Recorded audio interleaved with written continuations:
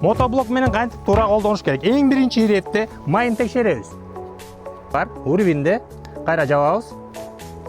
Экинчи иретте бакты ачабыз. Бизде уже бак ачылуу, бияка келгенде уже жабык болот. Мындай ачабыз.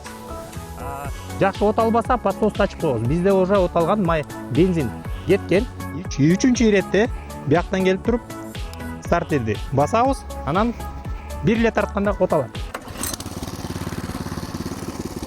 Газда регулировка кылабыз. Анан скоростка салабыз. Скоростка салдык. Сцепленияны басканда иштейт.